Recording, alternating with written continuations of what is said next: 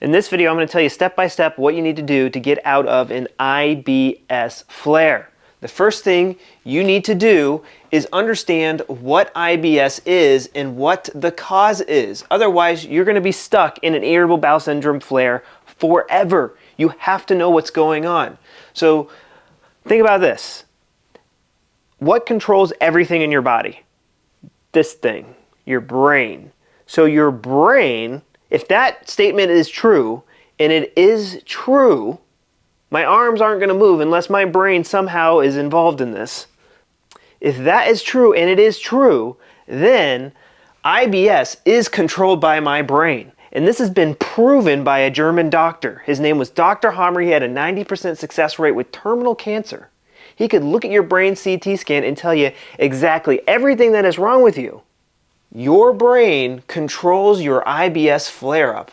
Now, why would your brain make you go through such a horrible experience? I know it doesn't make sense. I'm going to explain. So what is happening? You recently experienced a stressful event in your life that caught you off guard. It had this filthy, nasty connotation to it.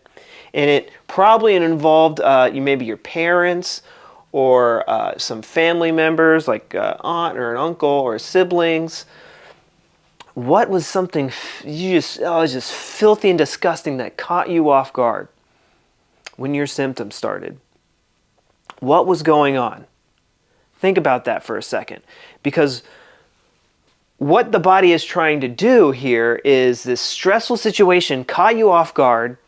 And now the body's like in the survival situation, like, oh no, we got to make a change or we might die. So let's put an organ into overdrive to help you overcome the situation. And the way that you experience, the way that your biology and your psyche and your brain experience this, it decided to put your colon, your bowel, your large intestine into overdrive. So it would develop extra gut cells. And now with people with IBS, this stressful event tends to be kind of on the lower side of things, where if someone is starting to experience colitis and ulcerative colitis and diverticulitis symptoms, the stress is on another level. It is very stressful. But for you, it's probably somewhere, it was kind of filthy and gross, but yeah, maybe I can forget. It's not that intense, but it's intense enough where it's keeping you up at night. So let's say you had a nasty, ugly, filthy dispute with a family member. Like you can't believe they would do this to you. They would go behind your back and do this, like how inconsiderate. But let's say a few days later, a few weeks later, a few months later, you talk it out with them. You have a heart-to-heart, you sit down, maybe you go camping or fishing together, and you guys patch everything up. And now you guys are best friends again, you're close family again. So during that time of fighting, developing extra gut cells. And then when you went on that camping trip and you bonded and renewed the relationship and resolved this filthy thing, they just didn't know any better. You see it differently. It's impossible for you to experience this conflict again. The body starts to get rid of these extra gut cells, and that is when you get the symptoms. That is when you get the flare-up. When that person gets back from the camping trip, they're probably going to experience a lot of nasty symptoms. It gets resolved. And now all you can do is ride out the healing symptoms. Understand that your body has resolved this conflict and it is getting rid of the extra gut cells it no longer needs. You don't need to follow a special diet. If you start following diets, you start to perceive other foods as hard to digest, and then that's going to cause you symptoms. You just need to ride out the healing symptoms. But what keeps people stuck in a flare is when they start following the diets, they start perceiving foods as hard to digest, but also maybe whatever the original conflict was, turns on and off. We went on a camping trip last week. We made good, and now he's doing the same thing over and over again. What nasty, filthy thing. We literally just talked about this. We need these extra gut cells. Stop removing them. And the process goes back and forth, back and forth. So what is the conflict? Stop blaming food.